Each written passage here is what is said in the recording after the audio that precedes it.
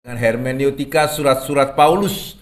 Nah, saudara, berbicara mengenai surat ya, berarti di sini kita berbicara mengenai genre. Jadi di dalam kitab suci ya, kita menemukan ya Alkitab kita itu sebetulnya sangat kaya ya, sehingga ada berbagai genre. Di dalam Alkitab ada genre Taurat, ada genre itu Mazmur, Amsal, kitab sejarah, kitab nabi-nabi, Injil, kitab sejarah gitu ya, kisah para rasul, kemudian juga apokaliptik. Nah, saudara, setiap genre itu sebetulnya ya memerlukan pembacaan yang tidak persis sama atau memerlukan pembacaan yang berbeda. Sehingga hari ini sama ya, saudara, bagaimana membaca puisi tidak sama dengan saudara membaca koran. Ya, karena genre-nya berbeda. Saudara membaca koran tidak sama dengan saudara membaca buku teologi. Ya, saudara membaca buku teologi tidak sama dengan saudara membaca novel. Ya, jadi novel, koran, buku teologi gitu ya, puisi. Saudara, itu namanya genre. Dan bagaimana cara kita membaca? Ya, sesuai dengan genre masing-masing. Contoh lain ya, saya percaya kita tidak akan kan melihat film misalnya aja ya, Superman. Itu saudara tidak akan mengatakan bahwa udah masuk akal tuh ya, mana bisa orang kok bisa terbang. Ada nggak yang nonton Superman kemudian mengatakan udah masuk akal? Kenapa? Karena genre-nya fiksi. Ya, tapi kalau saudara lihat dokumentari, nah saudara akan mengharapkan hal yang berbeda. Ya, sehingga sama ya, hari ini kita menemukan berbagai genre, dan kalau kita membaca genre itu secara sama, kita bisa bingung loh. Nah, sama di dalam Alkitab kadang-kadang ya kebingungan atau kesulitan kita mengerti Alkitab termasuk surat-surat Paulus karena kita tidak menyadari genre-nya apa. Coba ya saya ajak kita melihat satu contoh aja ya dari genre yang lain. Ya, mari kita membuka bersama-sama Amsal 12 ayat yang ke-21. Amsal 12 ayat yang ke-21. Bolehkah ya salah seorang di antara kita membacakan? Silakan, siapa saja. Amsal 12 ayat yang ke-21. Bisa dibuka Alkitab bukunya atau di HP-nya ya. Amsal 12 ayat 21. Silakan, siapa boleh membacakan? Siapa saja? 12 ayat 21. Orang benar tidak akan ditimpa bencana apapun, tetapi orang fasik akan senantiasa celaka. Amin enggak? Orang benar tidak akan ditimpa oleh bencana apapun, tetapi orang fasik akan senantiasa celaka. Amin? Ketawa ini artinya amin atau enggak amin ini gitu ya. Nah ini ya saudara ya. Ya sehingga pada waktu kenapa tadi saudara, waduh ini harusnya kalau firman Tuhan kan kita amin ya. Betul ya, ini kan firman Tuhan, Amsal kan juga firman Tuhan. Tapi ketika tadi ini ayatnya betul ada ya, orang benar tidak akan ditimpa oleh bencana apapun, apa ya gitu. Ya, orang fasik akan senantiasa celaka. Ya menurut saudara dari dulu sampai sekarang ya, mereka yang nyontek lebih banyak ketahuan apa enggak ketahuan? Wah, gitu ya. Ya sehingga berarti Alkitab salah. Gimana ini? Berarti Alkitab salah. Ya, ini salah apa ini? Nah, saudara, sebetulnya ya, nah ini tadi yang saya mengatakan. Ya, pada waktu kita membaca Alkitab ya, kadang-kadang kita kesulitan untuk mengaplikasikan. Ya, karena sepertinya ya, yang kita baca ya, dengan realitanya, ini salah satu aja kebingungan ya. Kok sepertinya realitanya enggak begitu? Ya tentunya ya, kalau misalnya ada seseorang yang jemaat kita yang mempunyai anak, kemudian atau katakanlah mengandung kemudian keguguran, apakah berarti itu menunjukkan wah sekarang saya tahu ya, selama ini saya pikir kamu rajin pelayanan, selama ini saya pikir kamu itu anak Tuhan yang baik. Kalau kamu anak Tuhan yang baik, tidak mungkin kamu keguguran, karena firman Tuhan mengatakan ya, orang benar tidak akan ditimpa oleh bencana apapun. Waduh ya, saya percaya kita nggak akan mengatakan seperti itu sih ya. Nah cuman berarti kan, nah ini ayatnya apakah salah? Ya kan ini juga firman Tuhan. Nah sebetulnya ya, nah sekarang coba saya tanya ya, menurut saudara Amsal itu kalau hari ini ya, ibaratnya genre-nya apa? Amsal kalau hari ini ya ibaratnya itu genre-nya apa? Jadi misalnya Injil itu biografi, ya surat-surat Paulus ya genre-nya surat. Kalau Amsal itu hari ini genre-nya apa? Hah? Puisi atau apa? Peribahasa, pepatah. Nah, kalau puisi soalnya kan panjang ya. Mazmur itu puisi, tapi Amsal kan pendek-pendek. Kayak tadi kan, orang benar tidak akan ditimpa oleh bencana apapun. Orang fasik akan senantiasa celaka. Nah, sebetulnya kita tahu ya, genre-nya Amsal itu adalah pepatah, tetapi seringkali kita lupa dan kita tidak membacanya sebagai suatu pepatah. Kita membacanya seperti suatu rumusan matematika. Jadi kalau 1 tambah 1 sama dengan 2, ya selama-lamanya 2. Ya karena ini rumusan matematika. Ya jandranya salah. Ya sehingga kalau kita mengingat ya, Amsal itu jandranya pepatah, ya tidak ada masalah. Jadi misalnya ya, saudara ingat pepatah apa? Malu bertanya, sesat di jalan. Siapa yang pernah kemudian bertanya tapi tetap tersesat? Ada enggak? Hah? Sering ya? Bahkan tanya Google aja bisa tersesat. Berarti ya, kita harus ngomong ke apa itu namanya? Kita harus ngomong ke itu ya, pendidikan ya. Tolong ya, pepatah itu menyesatkan, hapus. Gitu enggak? Jadi menurut saudara pepatah itu benar enggak? Masih perlu diajarkan enggak? Malu bertanya, sesat di jalan. Ada gula, ada semut. Kalau saya taruh gula di dalamnya botol ini ada semut enggak? Oh salah tuh.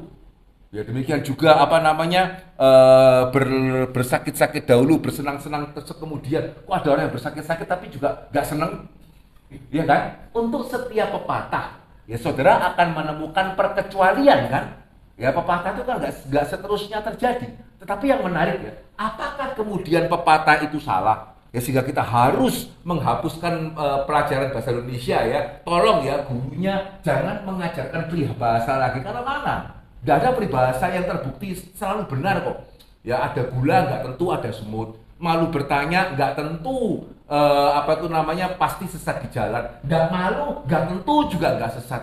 Saudara saya percaya tidak ada di antara kita yang meragukan kebenaran peribahasa-peribahasa tadi.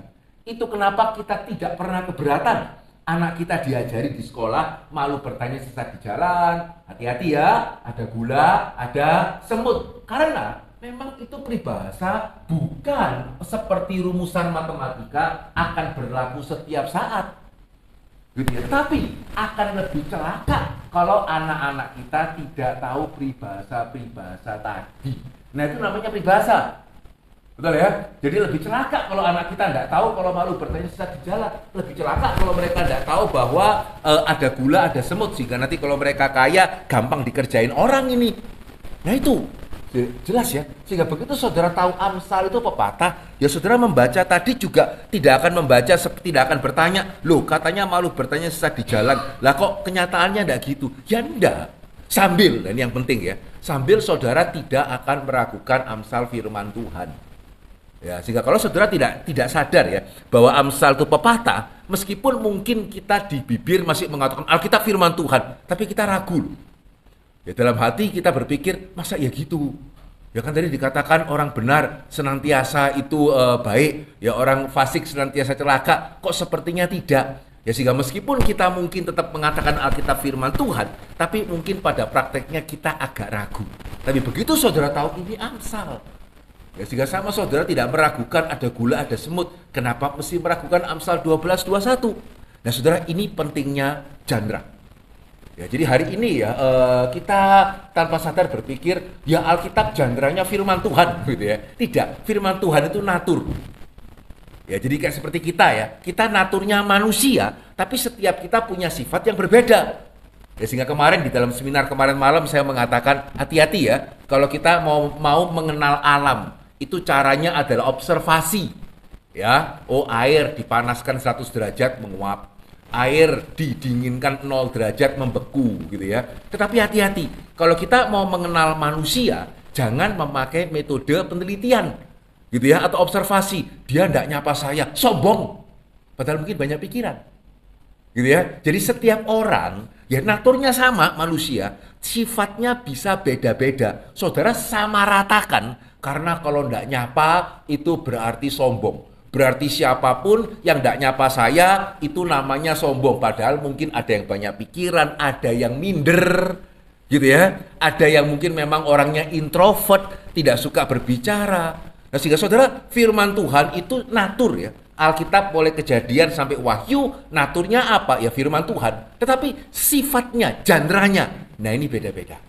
Ya, sehingga tadi Amsal sebagai contoh penting ya untuk kita membaca kitab suci itu sesuai dengan jandranya. Nah, sekarang kita mulai masuk ya kepada surat-surat. Nah, surat ini sebetulnya juga jandra, bisa tolong next. Sekaligus saja habiskan 1 halaman karena tadi saya pikir oke. Ya, sehingga surat itu merupakan jandra yang sebetulnya ya dibandingkan dengan jandra-jandra yang lain adalah jandra yang kita paling akrab. Ya tadi pepatah mungkin kita akrab ya, tapi mungkin anak-anak kita kurang. Ya meskipun mestinya peribahasa tetap diajarkan ya, tapi ya cuma dalam pelajaran bahasa Indonesia. Ya tapi kalau surat ya, mau zaman kita, orang tua kita, anak-anak kita, mau surat itu tertulis, mau surat elektronik, kan ya surat. Jadi sebetulnya ya, di antara jandra di dalam Alkitab, sebetulnya yang kita paling mudah baca itu adalah surat, atau dalam hal ini ya surat-surat Paulus yang paling banyak ya di dalam Perjanjian Baru. Tetapi kenapa ya? Kita seringkali itu membaca surat juga kesulitan. Ya, jadi bukan cuma membaca Ayub misalnya bagian tengahnya kita kesulitan, atau membaca Wahyu misalnya apa ini artinya binatang keluar dari laut, binatang keluar dari bumi. Tapi seringkali juga kita membaca surat kita kesulitan, baik antara kita kesulitan mengerti atau kita misalnya kesulitan mengaplikasikan. Ya, kita kesulitan mengaplikasikan. Nah, saudara, padahal kan ini surat, kita akan terbiasa dengan surat. Nah, sama sebetulnya. Kenapa tadi kita kesulitan dengan Amsal? Karena kita lupa itu merupakan sebuah pepatah. Ya, kita membacanya sebagai suatu rumusan matematika. Ya, demikian juga seringkali ya, kita membaca surat dengan kita lupa. Kalau itu surat, seringkali kita membaca surat Paulus itu sebagai buku pegangan. Kayak saudara kalau pakai buku sistematikanya Louis Berkhof ya. Jadi sepertinya Paulus itu menulis buku pegangan doktrin atau buku panduan moral. Oh, istri tunduklah kepada suamimu gitu ya. Oh, suami kasihlah istrimu. Oh, saling bertolong-tolonglah kamu satu dengan yang lain. Janganlah hendaknya kamu menganggap dirimu terlalu tinggi, biarlah memandang sesuai ukuran iman. Ya, sehingga saudara, seringkali ya kita membaca surat Paulus sebetulnya bukan sebagai sebuah surat. Ya, sebetulnya kita membaca surat Paulus itu sebagai mau belajar mengenai Yesus. Gitu ya. Paulus mengatakan apa? Nah, saudara, tidak salah juga ya, karena tadi yang saya katakan ya, hai istri tunduklah kepada suamimu, begitu ya, atau siapakah hai maut di manakah sengatmu? Ya memang itu surat Paulus. Dan tentunya tidak salah kita mengamini ya, istri tunduk kepada suami, suami mengasihi istri, tidak ada keselamatan di luar Kristus misalnya. Tetapi ya kalau kita mau mendalami surat Paulus, kita perlu membacanya sebagai sebuah surat. Nah, bagaimana cara membaca surat Paulus sebagai sebuah surat? Ya sebetulnya ya sama seperti hari ini saudara membaca surat. Ya, kita tolong next. Ya, hari ini ya, saudara membaca sebuah surat, saudara ketika lihat surat yang pertama kali dilihat itu apa? Pertama kali dilihat itu apa nih? Hah? Nah, ini latar belakang kan? Yang ngirim siapa nih? Dan selain yang ngirim kepada siapa ya? Tapi kepada tetangga kita yang buka gitu ya. Nah, itu kan juga sebetulnya latar belakang surat. Ini yang ngirim siapa? Ya, terus untuk siapa? Oh, untuk saya. Terus biasanya ya, ini surat apa? Kadang-kadang ada koknya ya. Surat dari Ditjen Pajak semua gitu ya. Nah, itu kan saudara baca surat, sebelum saudara lihat isinya, saudara pasti akan melihat latar belakangnya dulu. Ya, pasti. Saudara baca surat apapun, saudara baca email ya, ya saudara akan lihat dari siapa ini. Terus mengenai apa nih judulnya. Baru kemudian saudara lihat isinya. Ya, demikian juga yang kedua. Saudara ketika membaca sebuah surat, ya nggak mungkin kan? Saudara ada yang membaca sebuah surat, saya tertariknya bagian mananya ini ya? Oh, saya tertariknya bagian tengahnya. Jika saya baca bagian tengahnya, mungkin nggak ya? Nggak ada kan?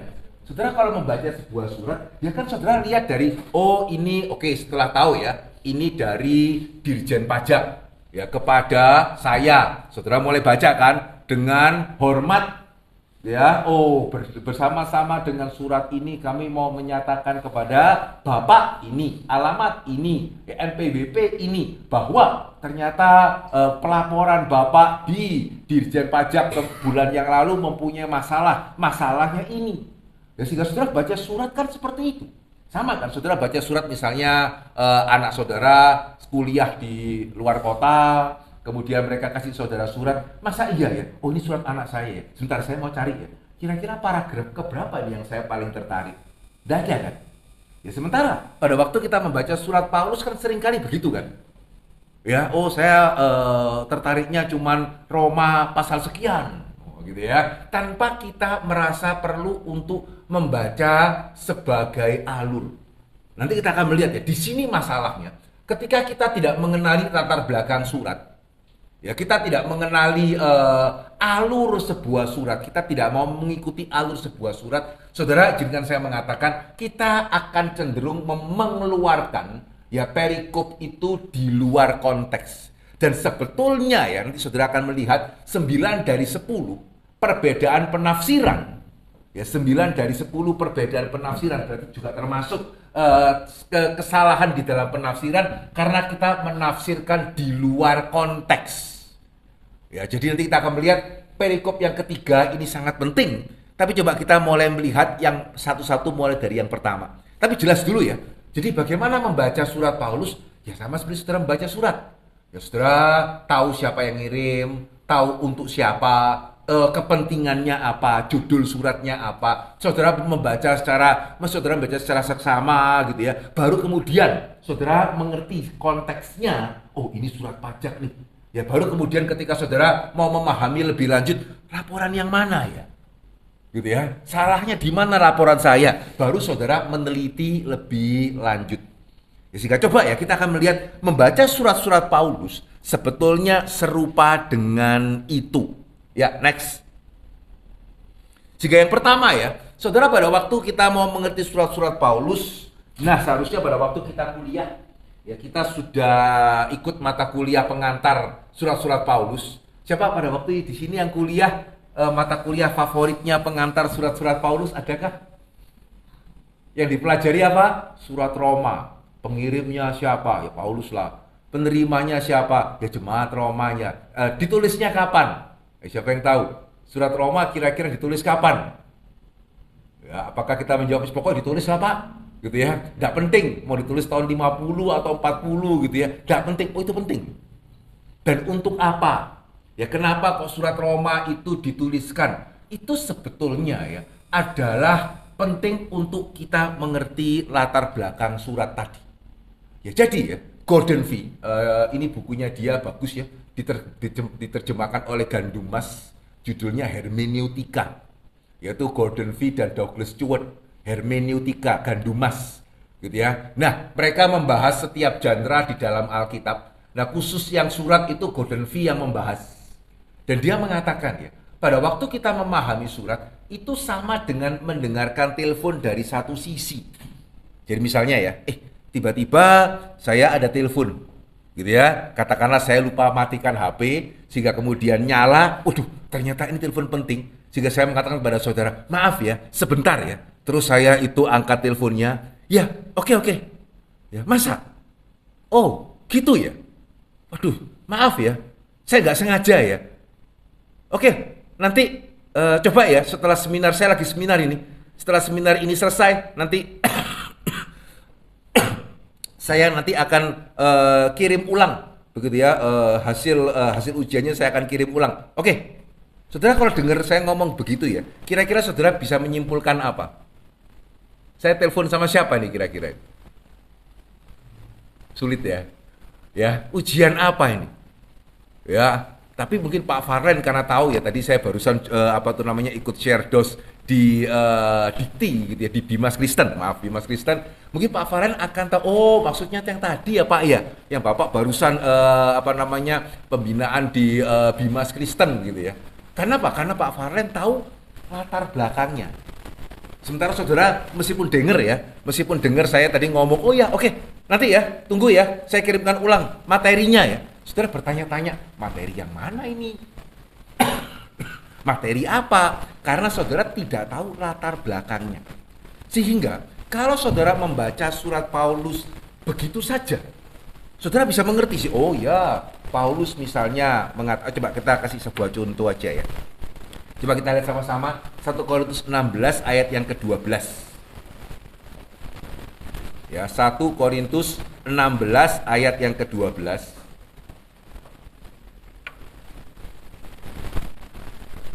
Bisa minta tolong salah seorang membacakan 1 Korintus 16 ayat yang ke-12. Silakan, siapa saja.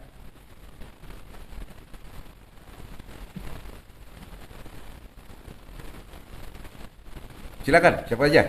Jangan tunggu ya. Ayo. 1 Korintus 16:12.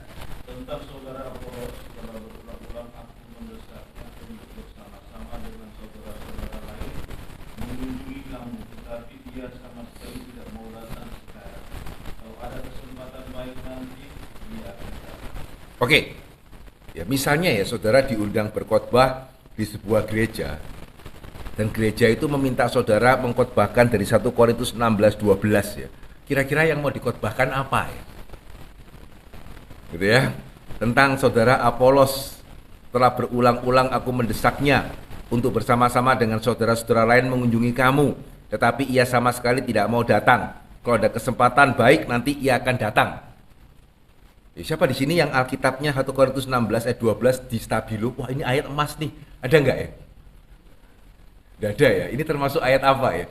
Kalau Yohanes 3:16 ayat emas gitu ya. Kalau kira-kira ayat ini termasuk ayat apa ya? Perunggu atau ayat tanah liat atau gimana? Ya, tentang Apolos telah berulang-ulang aku mendesaknya untuk bersama-sama dengan saudara lain mengunjungi kamu, tapi ia sama sekali tidak mau datang sekarang. Kalau ada kesempatan baik nanti ia akan datang. Kira-kira ya, kalau saudara atau saya minta saudara buat renungan harian ya dari ayat ini, kira-kira pelajarannya apa ya? Hah? Apa? Kira-kira ya hal rohani apa yang kita bisa pelajari dari ayat ini? Ada enggak? Kalau Yohanes 3:16, wah ya siap ya khotbahkan itu ya. Matius 28, 11, 20, wah oke gitu ya. Kalau 1 Korintus 16 ayat 12, wah ini ayat, ya tuh, tapi katanya firman Tuhan. Berarti kan setiap ayat penting dong gitu ya. Masa hanya Matius 28, 11, 20 penting. Tapi kalau ini kurang penting. Ya, tapi saudara lihat ya, banyak ayat yang seperti ini, yang sepertinya kurang penting, ya karena tadi, seperti saudara dengar saya telepon. Ya oke, jangan kirimkan ya, nanti bahannya, tunggu ya, setelah seminar ini selesai ya. Oh ya seminar ini saudara tahu, oh seminar ini. Tapi bahan apa ya? Masa ya bahan ini? Gitu ya. Sehingga sama saudara membaca bagian ini tentang saudara Apolos. Telah berulang-ulang aku mendesaknya. Ada apa kok perlu didesak? Masalahnya apa perlu didesak? Ya untuk bersama-sama dengan saudara lain mengunjungi kamu. Ya sama sekali gak mau datang. Loh kenapa ini Apolos gak mau datang? Sombong kah? Begitu ya. Nah sebetulnya kalau, nah padahal ya kalau saudara mengerti konteksnya, ya harusnya ayat ini adalah salah satu ayat di mana kita khususnya sebagai hamba Tuhan ya perlu untuk belajar bersama-sama. Ya perlu untuk belajar, bahkan ada dua pelajaran penting. Ada dua pelajaran penting yang kita bisa ambil dari 1 Korintus 16 ayat 12 kalau saudara mengerti konteksnya. Sehingga coba ya saya nggak akan langsung kasih tahu saudara konteksnya ini. Coba saya tanya saudara ya, karena saya percaya kan saudara sudah mengenal 1 Korintus. Kira-kira menurut saudara ya, apa yang membuat Apolos kok tidak mau datang? Apa yang membuat Apolos kok tidak mau datang? Ada yang mau coba jawab enggak ya? Kenapa Apolos kok tidak mau didesak Paulus pun dia sungguh mati gak mau datang? Dia jengkel sama Paulus kah? Gitu ya? Atau dia gak suka sama jemaat Korintus kah? Ayo, siapa yang tahu ya di dalam surat Korintus? Nah ini coba ya kita mulai lihat ya. Di dalam surat Korintus itu yang terjadi ya? Apa yang terjadi di dalam jemaat Korintus?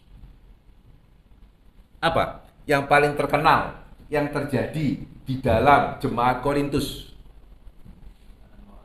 Hah? Apa masalah yang paling terkenal di dalam jemaat Korintus yang saudara pasti ingat? Apa? Ada keberpihakan. Ada keberpihakan. Perpihakannya kepada siapa aja? Aku ya Apolos, aku. Nah, saya golongan Apolos, saya golongan Paulus, saya golongan Petrus, saya golongan Kristus. Jadi saudara ya, nah ini pelajaran baik, termasuk dari Paulus. Saudara kalau jadi Paulus ya, saudara mendirikan sebuah gereja. Ini gereja saudara mendirikan dari nol. Saudara tinggal sebentar. Waktu saudara tinggal, saudara kan undang rekan ya untuk ngisi mimbar. Begitu kemudian rekan saudara ngisi mimbar, ya saudara cuma tinggal 1 bulan ya. Kemudian semua jemaat kemudian katakanlah 25% jadi suka sama 25% suka sama yang saudara undang. Kira-kira terus 25% lagi sukanya sama Pak Tong mungkin ya. 25% lagi sukanya sama Tuhan Yesus. Yang suka sama saudara cuma 25%. Kira-kira ya, nextnya saudara undang lagi nggak hamba Tuhan ini? Risiko nggak ya? Ya saudara sudah susah-susah mendirikan gereja, ya dia cuma hamba Tuhan tamu gitu ya. Kok kemudian jemaat langsung suka dia? Dan jemaat kadang-kadang kan bisa keterlaluan ya.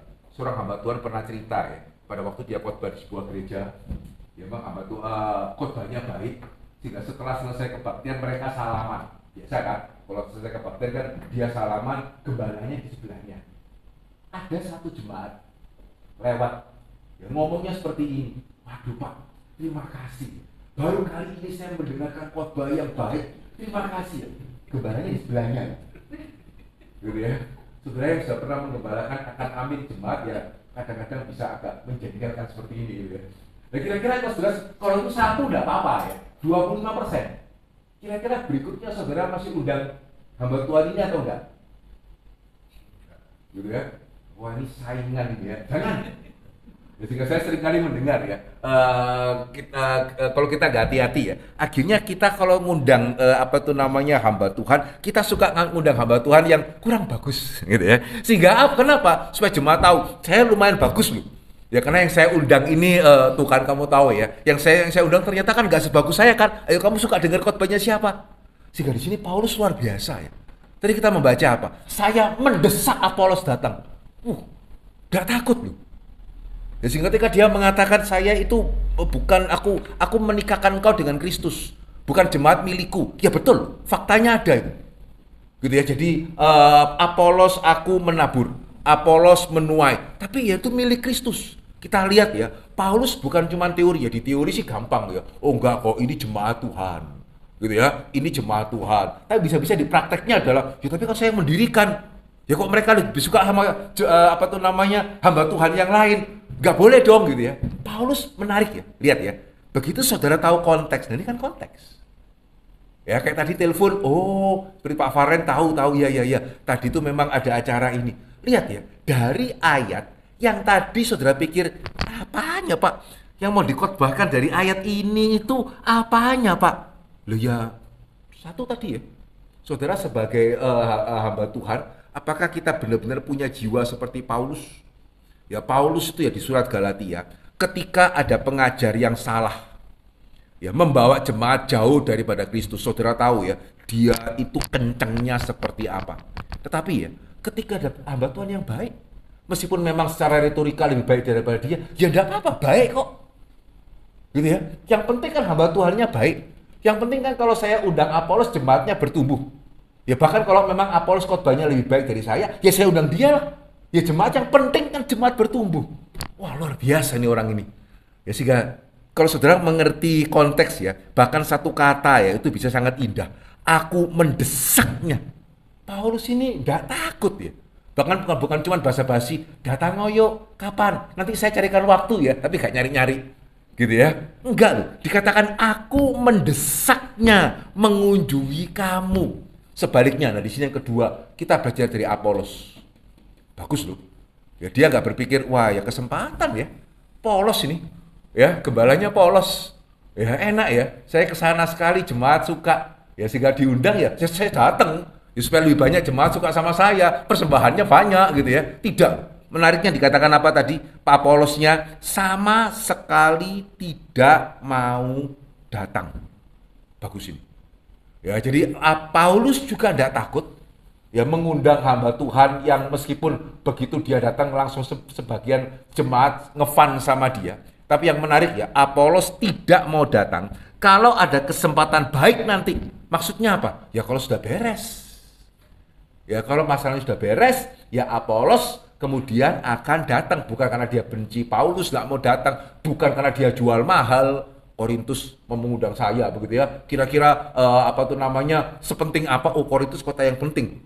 Korintus itu kota yang penting. Sehingga kenapa Apolos tidak mau datang? Karena dia tidak mau kedatangannya membuat jemaat semakin terpecah. Ya sehingga dari satu ayat ya, yang tadinya sepertinya itu ngomong apa ini? Ternyata kita bisa belajar banyak ketika kita mengerti latar belakangnya. Nah, itu penting. Sehingga saudara, ini satu kebenaran yang saudara perlu untuk ingat ya. Paulus itu tidak pernah menulis surat karena hobi. Ya, Paulus tidak pernah menulis surat karena hobi. Mengapa Paulus menulis surat?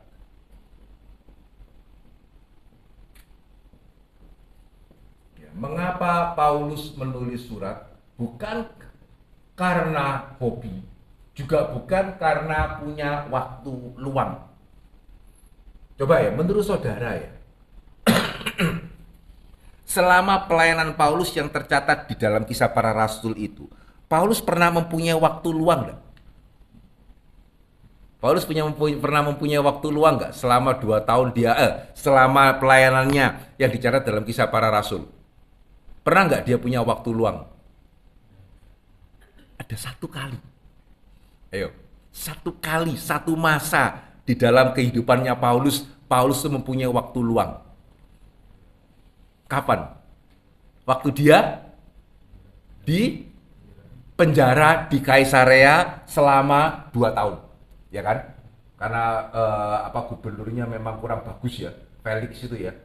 Ya pingin dapat uang dari Paulusnya dibiarkan 2 tahun, ya bersyukur kemudian penggantinya gitu ya masih lebih baik sehingga akhirnya Paulus dikirim ke Roma. Paulus dipenjara di Kaisarea itu 2 tahun. Ini waktu luang nih. Tetapi yang menarik ya, sampai hari ini kita belum menemukan surat Paulus yang masuk di dalam PB yang dituliskan di masa ini. Ya, sehingga itu kenapa tadi saya mengatakan ya, mengerti konteks, bahkan mengerti waktu, mengerti tahun, itu menolong kita. Ini waktunya Paulus itu waktu luang. 2 tahun di penjara, mau PI berapa banyak? Gitu ya. Ya, tetapi kita melihat tidak ada satupun surat Paulus yang ditulis di masa ini yang masuk ke dalam kanon, sehingga ya bisa jadi memang dia tidak menulis apa-apa. Ya, karena saudara mesti tahu ya, pada waktu itu menulis surat, saya tidak berlebihan ya kalau saya mengatakan ibaratnya seperti hari ini itu orang membuat film. Menulis surat pada zaman itu ya sangat mahal sekali. Ada yang mau nebak nggak ya? Untuk menulis surat Roma, kira-kira uang waktu itu kalau dikurskan uang hari ini berapa? Nebak aja ya.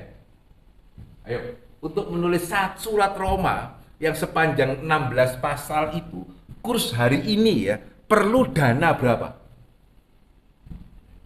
Hah? Ayo, kira-kira nolnya berapa? 5? 6? Kira-kira perlu nol berapa? 0,7. Ratusan juta. Masa Pak, nulis surat aja sedemikian, sedemikian mahal. Ya sederhananya ya saudara, kalkulator hari ini gratis. Gitu ya. Tapi kalkulator pertama yang dibuat oleh IBM itu gedenya segini.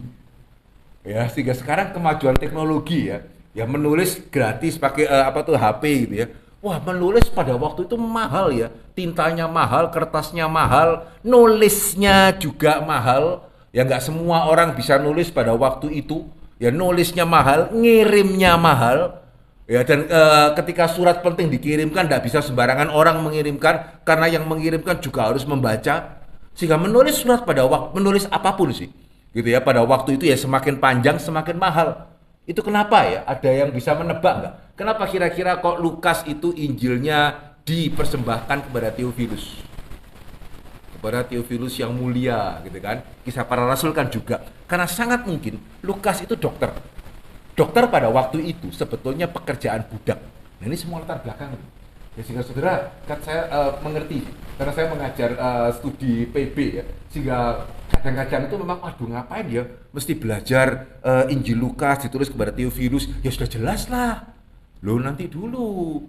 Ya, tidak biasa loh sebuah kitab dipersembahkan kepada satu orang. Ya, selain Lukas dan Kisah Para Rasul, kitab apa lagi? Ya, kepada siapa yang mulia? Ya tidak ada. Gitu ya. Ya, sehingga karena waktu itu kalau saudara tahu, pekerjaan dokter itu pekerjaan budak. Ya, sehingga untuk menulis Injil Lukas itu perlu dana besar. Ya karena selain menulis, Lukas mesti research. Dana berapa itu ke Yerusalem? Dana berapa itu ikut Paulus ke Roma? Yang bayar siapa? Ya sangat mungkin Theophilus. Sehingga sangat mungkin ya, Lukas itu hambanya Theophilus yang dimerdekakan. Ya, kemudian tetapi pada waktu itu ya, sama seperti kalau hari ini misalnya kita punya pembantu, ya pembantu itu kemudian pensiun, tapi dia masih nyambangi kita gitu ya, setahun sekali gitu. Ya kita masih ngasih-ngasih ke dia gitu. Sehingga sangat mungkin ya, Lukas itu sebelumnya hambanya Theophilus, setelah dibebaskan ya mereka masih punya relasi.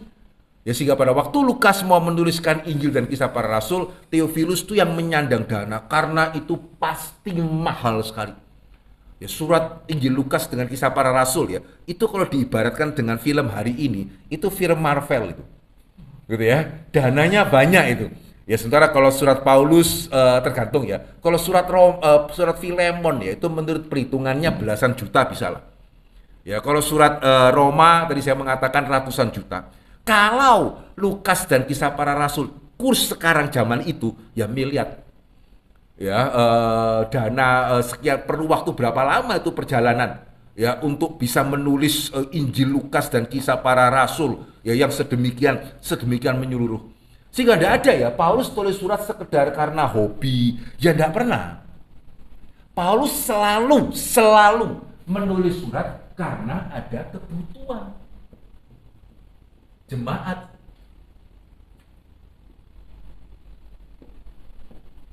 Sehingga kalau saudara tahu kebutuhan jemaatnya itu apa, masalah jemaat itu apa, saudara akan menemukan bukan cuma what. Paulus nulis apa, gitu ya, bagus sih, cuma tidak cukup. Saudara kalau mengerti kebutuhan jemaat, saudara akan tahu why. Kenapa? Kayak tadi ya, kenapa Paulus tulis 1 Korintus 16:12? Why? Paulus mau menunjukkan beneran loh dia dengan Apolos tidak apa-apa. Ya, sehingga bagi yang Paulus katakan di awal gitu ya, ngapain sih? Semua milik Kristus kok. Ngapain kamu rebut-rebutan? Dia sendiri lakukan. Ya sehingga why? Ya dia mau menunjukkan sama Apolos dia itu tidak apa-apa. Ya malah dia sudah mendesak Apolos untuk datang, Apolosnya yang tidak mau dengan itikat yang baik. Ini namanya why. Gitu ya. Sehingga coba ya kita lihat satu contoh lagi. 2 Korintus pasal yang pertama. Ya, 2 Korintus pasal yang pertama. Nah, coba lihat ayat yang ke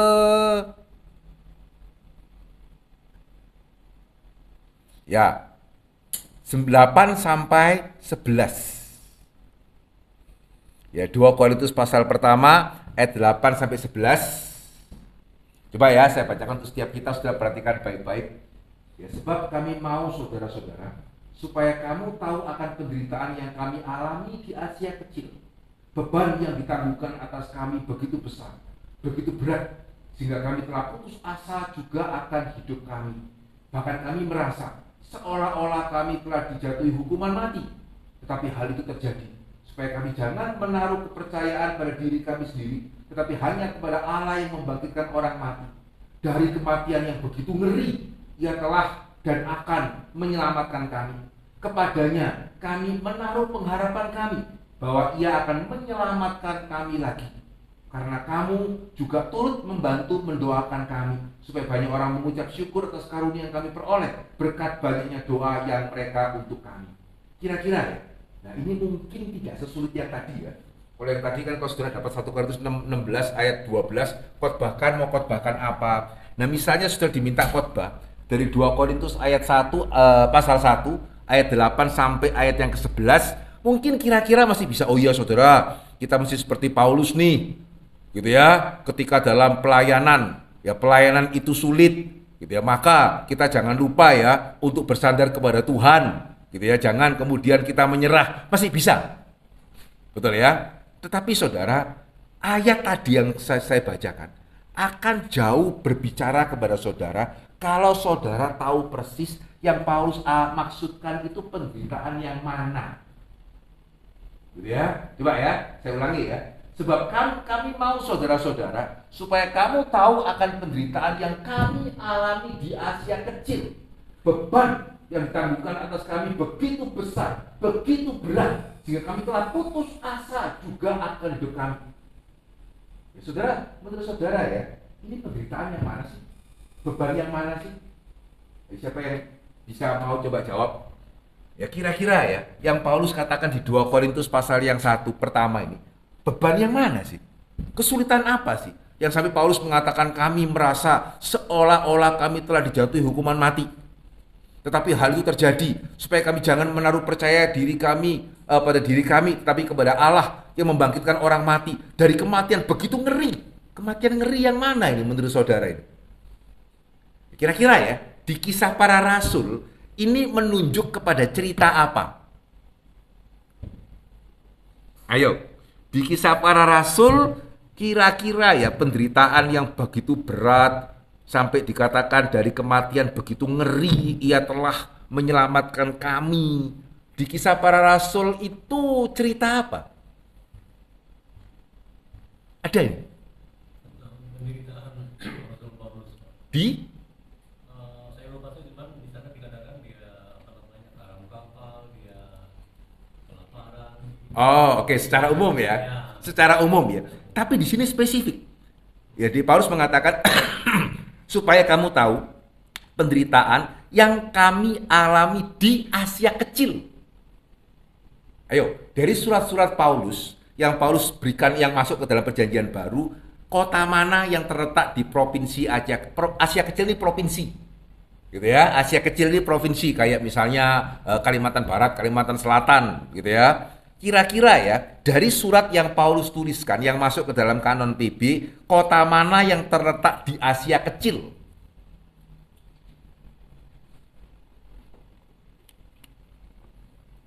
Ada yang tahu? Kota mana? Kan Paulus tulis surat kepada jemaat Roma, Korintus, Tesalonika, Efesus, Filipi, Kolose gitu ya. Dari kota-kota itu, kota mana yang ada di Asia Kecil? Saudara kalau mau buka bagian Alkitab yang seringkali jarang dibuka, boleh loh ya, peta. Meskipun kalau elektronik susah ya, tapi saudara yang membawa Alkitab dalam bentuk yang tertulis, karena saya lupa memasukkan peta di sini ya. Siapa yang kalau saudara lihat di Alkitab langsung susah ya. Nanti silakan lihat di rumah ya. Saudara kalau memperhatikan, nah ini termasuk ya, kita jarang lihat peta kan. Siapa di sini yang bagian Alkitab favoritnya peta? Tidak ada ya gitu ya. Ya ini apa ini? Saudara itu latar belakang. Ya udah bisa loh. Saudara kalau suka sama satu orang, masa iya saudara cuma mau tahu namanya siapa?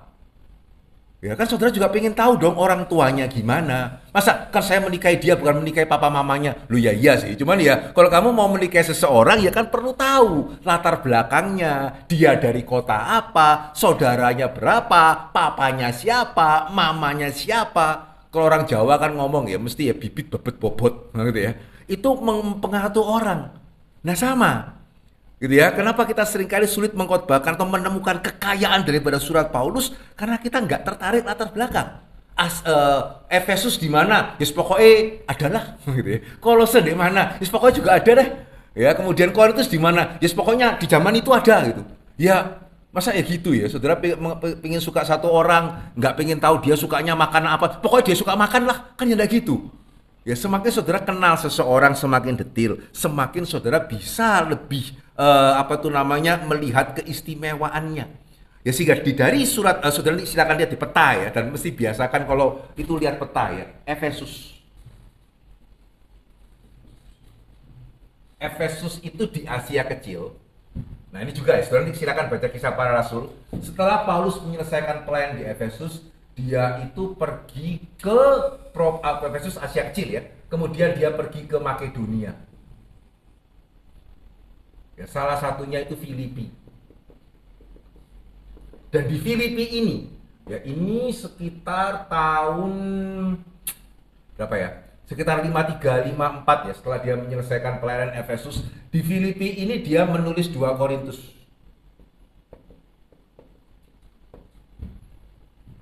Ini Kisah Para Rasul ada loh ini.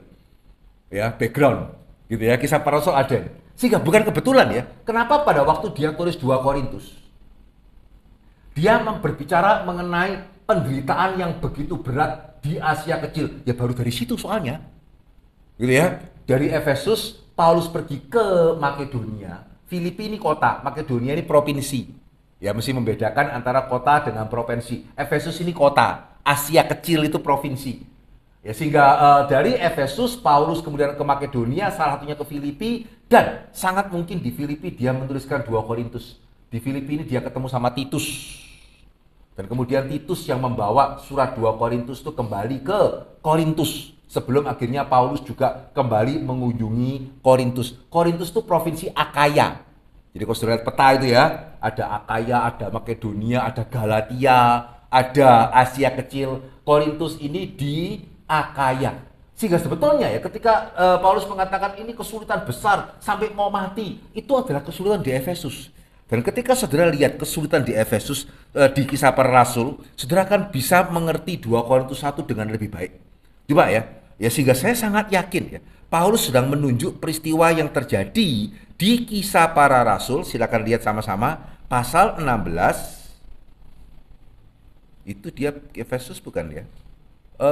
Paulus di Efesus itu kisah berapa itu? Oh ini Filipi, maaf bukan 16 ya. Di 19. Coba lihat. Saya akan bacakan mulai ayat 21 sampai ayat yang ke, atau mungkin jangan usah semua deh ya. Saya akan membacakan ayat yang ke 21 sampai oke mungkin nggak perlu semua sih karena saudara tahu juga ceritanya sebetulnya. Ya coba lihat, perhatikan ayat yang pertama, ayat yang ke-24 ya. Ayat 23. 24 sambil saudara lihat ya, kalau saudara mengerti cerita ini, kira-kira bagian Korintus tadi lebih hidup atau tidak? Ya, Kisah 19 ayat 23. Kira-kira pada waktu itu timbul huru-hara besar mengenai jalan Tuhan di Efesus ini.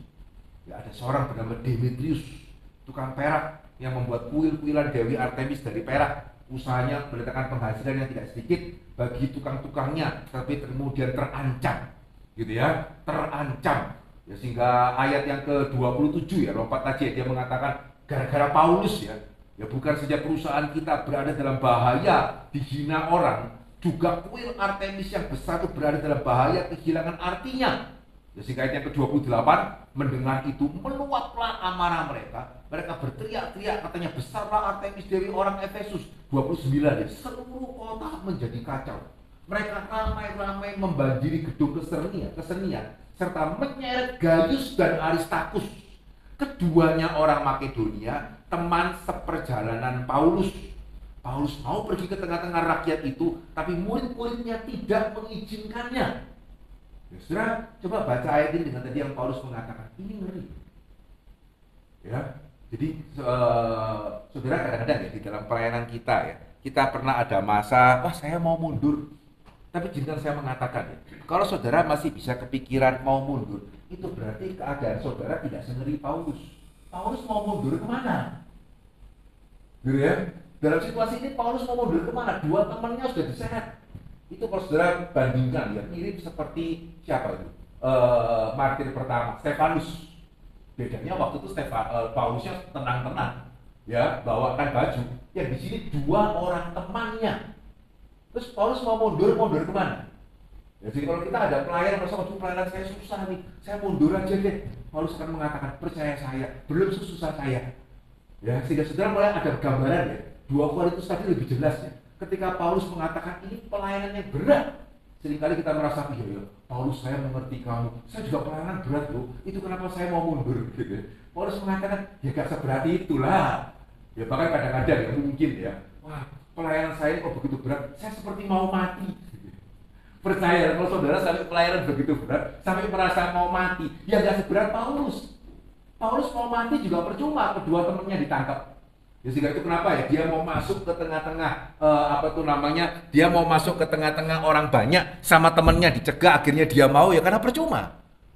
Gitu sehingga menurut saudara siapa yang tahu ya ketika Paulus mengatakan dari kematian yang begitu ngeri Tuhan melepaskan kita. Nah, kalau saudara membaca cerita tadi saudara akan melihat bagaimana cara Tuhan melepaskan Paulus dari kematian begitu ngeri.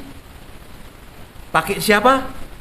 Heran ya, ayat 31 dikatakan heran ya, ketika tidak ada cara sepertinya jalan keluar. Kematiannya ngeri ya, at least 2 orang teman Paulus akan mengalami nasib seperti Stefanus gitu ya, yang akan buat Paulus susah sekali. Paulus itu luar biasa ya, kalau dia yang mati dia nggak takut ya, kalau temennya, nah itu dia susah. Ya ini bagus sekali ya, tapi ya di antara di situasi yang sepertinya nggak ada pengharapan, ayat yang ke-31 dikatakan apa? Ayat yang ke-30 berapa itu ya? Ayat yang ke-36 ayat yang ke-35 heran ya, Tuhan bisa pakai orang yang paling tidak dibayangkan, panitera kota. Ya akan tetapi panitera kota menenangkan orang banyak itu dan berkata, "Hai orang Efesus." Dan saudara tahu semua hasilnya, saya nggak perlu baca ya. Mereka tenang, selamat. Ya, sehingga saudara kalau tahu cerita ini, saudara lebih konkret nggak ketika tadi Paulus mengatakan Tuhan melepaskan kami, ya, supaya kami jangan bersandar kepada diri kami sendiri, tetapi kepada Dia yang telah melepaskan kami dari maut. Ya ini ceritanya, gitu ya. Ya sehingga tadi ketika saya bilang kepada saudara ya, surat ditulis tahun berapa? Kita pikir ya ngapain? Pokoknya kan ditulis. Ternyata penting. Ya bisa menolong kita mengerti lebih dalam. Oke, ini yang pertama saya rasa saya harus mulai beralih ya. Harap dari contoh-contoh ini saudara menyadari kalau kita mau membaca surat Paulus dengan lebih kaya, sama ya saudara mau mengenal seseorang, apalagi mau menjadikan suami dan istri, tidak cukup cuma tahu dia namanya siapa. Tidak cukup cuma tahu dia itu cantik atau tidak cantik, begitu ya, ganteng atau tidak ganteng, kaya atau tidak kaya. Saudara mesti mau tahu lebih dalam. Membaca surat juga seperti itu. Ya, saudara perlu tahu konteks. Ini surat apa? Surat pajak kah? Surat dari anak kah? Anak saya kondisinya gimana kah? Di perantauan sehat-sehat atau di perantauan lagi sakit? Nah, itu akan menolong saudara membaca surat.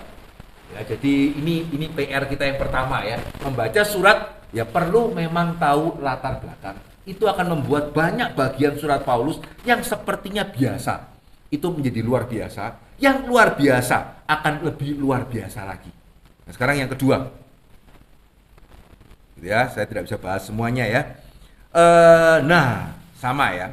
Saudara ketika ya terus bagian yang kedua ya, terus ini tidak mungkin kita bahas karena waktu dan yang kedua. Jadi saya mengatakan pada saudara kalau baca surat, ya nggak mungkin ya saudara baca itu saudara pilih, waduh surat anak saya kok panjang ya. Ya anak saya suka nulis nih, sekali tulis surat kepada papa mamanya 5 halaman. Ya sudahlah, ya kalau baca semua capek, saya baca halaman ke-5 aja, biar segera selesai. Ya enggak. Dan saudara perhatikan ya, ketika anak saudara itu menulis surat, yang mana yang betul ya? Paragraf pertama, papa, mama, apa kabar? Kabar saya di sini baik. Adik-adik bagaimana? Oh, kondisi kos saya itu sebetulnya seperti ini. Papa baik-baik. Ya, kemudian kondisi sekolah saya seperti ini. Oh, terus dia bicara lagi mengenai kos lagi. Terus kemudian bicara lagi mengenai sekolah. Ya tidak gitu ya. Jadi ketika kita menulis surat, termasuk ketika siapapun ya menulis surat itu ya ada alurnya. Saya mau bicara, saya pertama-tama mau tahu dulu nih, papa mama, ya saudara, kondisi orang rumah bagaimana, papa mama gimana, adik, kakak adik baik-baik aja kak, ya atau saya juga punya nih kucing saya, itu kondisinya gimana ya, sudah ya, terus dia mulai cerita pertama mengenai kos-kosannya. Ya kos-kosannya, ya ibu kos saya itu kok ya pelit gitu ya, tapi ya kamarnya lumayan kok. Sama ya ini puji Tuhan ya, teman-temannya asik. Ya beberapa teman-teman ini juga adalah teman-teman sekolah. Ya sehingga sekarang di sekolah saya juga sudah punya banyak teman, gurunya oke sih, gurunya oke. Cuman emang ya sayang ya, fasilitasnya kurang. Gitu kan? Betul ya? Saudara tulis surat, siapapun tulis surat kan akan kira-kira bentuknya seperti ini kan. Sama ya, saudara tulis surat resmi pun ya, ada dengan hormat, pembuka, isi, penutup, hormat kami, tanda tangan. Nah ini namanya alur. Ini juga namanya alur. Ya sehingga saudara, sama, surat Paulus juga sebetulnya ada alurnya.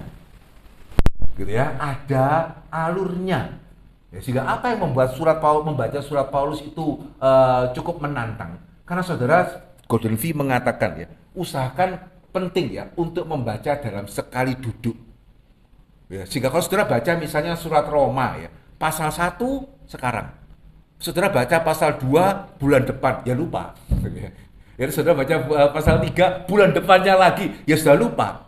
Padahal ya karena ya apa itu namanya, surat ini merupakan sebuah alur, ya maka seringkali ya bukan seringkali ya selalu terkait. Dan berarti kan baik-baik ya, seringkali ya jawaban bagi ayat-ayat sulit terkandung di bagian lain surat yang sama. Ya, sehingga hindari ya untuk mengerti surat itu hanya sepotong-sepotong. Ya, karena surat itu mempunyai suatu keterkaitan. Ya, sehingga saya mengatakan beda ya. Apa bedanya? Membaca dan mempelajari surat. Salah satu yang paling membedakan adalah konsentrasi. Saudara kalau membaca surat ya bisa lah. Kayak tadi kan kita baca, misalnya baca sambil ngelamun-ngelamun dia juga bisa. Tapi kalau saudara mau mempelajari surat, tidak bisa. Ya karena kalau saudara tidak ingat bagian sebelumnya, gitu ya, saudara akan kesulitan mengerti satu bagian. Dan juga ketika saudara mengerti satu bagian, ya kalau saya boleh mengatakan ya, biasakan untuk baca terus. Jangan susah mengerti satu bagian, kemudian kita ingat, terus kita berhenti di sana, susah itu. Padahal jawabannya mungkin ada di bagian selanjutnya. Misalnya ya, saya mau ambil contoh lagi ya, kita pakai banyak contoh supaya saudara lihat ini prakteknya betul seperti itu. Coba ya, di dalam Filipi. Ya, Filipi pasal yang kedua. Nah, coba kita lihat Filipi pasal kedua yang pertama. Ya, coba ya. Ini kalau ini sih ayat terkenal. Gitu ya. Ini saya sekarang ganti ya. Kalau tadi kan sudah pakai ayat yang sepertinya sangat tidak aplikatif. Yang kedua lumayan aplikatif, tapi setelah kita tahu situasinya lebih aplikatif lagi. Sekarang ketiga saya akan pakai bagian yang terkenal. Filipi pasal kedua, ayat yang pertama sampai ayat yang ketiga. Gitu ya. Ini terkenal sekali kan? Karena dalam Kristus ada nasihat, ada penghiburan kasih, ada persekutuan roh, kasih mesra, belas kasihan. Karena itu, sempurnakanlah sukacitaku dengan ini. Hendaklah kamu sehati sepikir dalam satu kasih, satu jiwa, satu tujuan, dengan tidak mencari kepentingan sendiri atau puji-pujian yang sia-sia. Sebaliknya, hendaklah dengan rendah hati yang seorang menganggap yang lain lebih utama daripada dirinya sendiri. Oh, gitu ya. Mungkin kalau sudah dapat ayat ini, sudah kira-kira kebayang ya, ini aplikasinya kira-kira apa? Ya hendaklah ya, yang seorang dengan rendah hati menganggap yang lain lebih utama daripada dirinya sendiri. Ya, saya pernah ikut satu kali ya, persekutuan wilayah. Pengkhotbahnya ngomong seperti ini ya, pakai ayat ini ayat terkenal ya. Sehingga sering dipakai apalagi dalam persekutuan wilayah, cocok ini ayat ini. Ya, sehingga saudara, kita ini mesti seperti Paulus. Ya khususnya karena di gereja ya. Seringkali kenapa kok banyak gegeran? Ya karena kita itu kurang rendah hati. Kita mesti sehati, sepikir. Ya kita jangan menganggap diri itu utama. Kita mesti menganggap yang lain lebih utama daripada diri kita sendiri. Supaya di gereja nggak banyak gegeran. Bagus juga sih. Gitu ya, bagus juga. Tapi kemudian tanya jawab ya. Kemudian ada yang bertanya, Pak, tapi secara konkretnya ya, itu kayak apa? Wah, ini pertanyaan menarik. Sehingga waktu itu saya kepikir, menurut saudara, gimana ya? Andai kata di dalam sebuah rapat, pas saya punya pandangan A, Pak Jekron punya pandangan B, Pak Faren punya pandangan C. Terus kami sama-sama mau menerapkan ayat ini ya. Hendaklah kamu memandang yang lain lebih utama daripada kamu. Berarti kalau saya punya pandangan A, kalau saya mau menerapkan ayat ini, harusnya kan sudah Pak Jekron aja lah yang jadi, gitu ya. Pak Jekron juga mau menerapkan ayat tadi. Ya jika Pak Jekron udah kehendak Pak Faren, Pak Faren juga mau menerapkan ayat tadi, sudah kehendak Pak Hendri. Berarti terus kehendak siapa yang jadi? Ya, atau misalnya ya, Pak Jekron mau menerapkan ayat ini ya. Udah Pak Faren mau menerapkan ayat ini. Sudah Pak Hendri, saya nggak mau menerapkan ayat. Ya sudah kehendak saya aja. Berarti yang jadi ya nggak menerapkan ayat ini. Jadi coba ya, secara konkret ya, bagaimana caranya sehati, sepikir, setujuan memandang yang lain lebih utama ketika kita berbeda pendapat? Ayo, gimana secara konkret ya, sehati, sejiwa, sepikir ya, diaplikasikan konkret ya ketika kita berbeda pendapat? Apakah berarti kalau memandang seseorang, memandang yang lain lebih utama, berarti ya kalau kita berbeda pendapat ya jangan kehendak saya lah, ya kan Pak Jekron lebih utama gitu ya, terus Pak Jekron kan Pak Farhan lebih utama. Gimana menerapkannya? Ada yang mau coba? Gimana? Nah, menarik ya. Ternyata ya, bahkan ayat yang sering dikhotbahkan. Jika waktu itu saya menyempatkan diri bertanya ya, dan pendeta yang khotbah juga bingung, ya betul juga ya. Gimana konkretnya itu? Ya, semua sehati sepikir. Ya, berarti kita mesti berdoa supaya ada satu yang tidak mau menganggap yang lain lebih utama sehingga kehendaknya dia jadi gitu. Ya enggak juga kan gitu ya. Sehingga gimana Paulus kasih contoh? Nah, sekarang coba saudara lihat. Bagian bawahnya itu bagian Paulus cerita apa? Setelah Filipi 2 ayat pertama sampai 11 kan. Berikutnya Paulus cerita apa? Kristus. Setelah cerita Kristus, Paulus cerita apa? Tetap kerjakan keselamatanmu kan. Setelah itu dia cerita apa? Timotius dan Epafroditus. Nah, lihat ya, perhatikan ya. Kok kira-kira menurut saudara ya, Paulus ini seseorang yang terstruktur seperti ini. Kalau ini kan terstruktur nih, gitu ya. Ini kan terstruktur, gitu ya. Apakah Paulus seorang yang terstruktur, ataukah Paulus seseorang yang tadi ya ngomong mengenai rumah, tiba-tiba pindah kos, tiba-tiba ingat kucing, ya tiba-tiba itu ingat sekolah, ya bicara teman, kemudian kembali lagi ke kamar-kamar. Apakah Paulus seperti itu? Ya, pertamanya ngomongnya suruh rendah hati, ya kan? Rendah hati, sehati sepikir.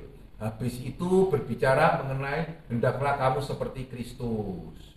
Habis itu bicara mengenai kerjakan keselamatanmu, gitu ya. Habis itu berbicara mengenai Timotius. Habis itu bicara mengenai Epafroditus. Menurut saudara ya, ada yang tahu nggak? Kira-kira ini nyambungnya di mana? Ini nyambung nggak ini? Rendah hati, kemudian Kristus dengan rendah hati nyambung nggak? Hah? Nyambung ya, betul ya? Ternyata nyambung, ya kan? Hendaklah kamu sehati sepikir. Ya seperti Kristus yang tidak memandang kesetaraannya dengan Allah sebagai milik yang harus dipertahankan. Lihat, nyambung ini. Ya sehingga kerjakan keselamatanmu.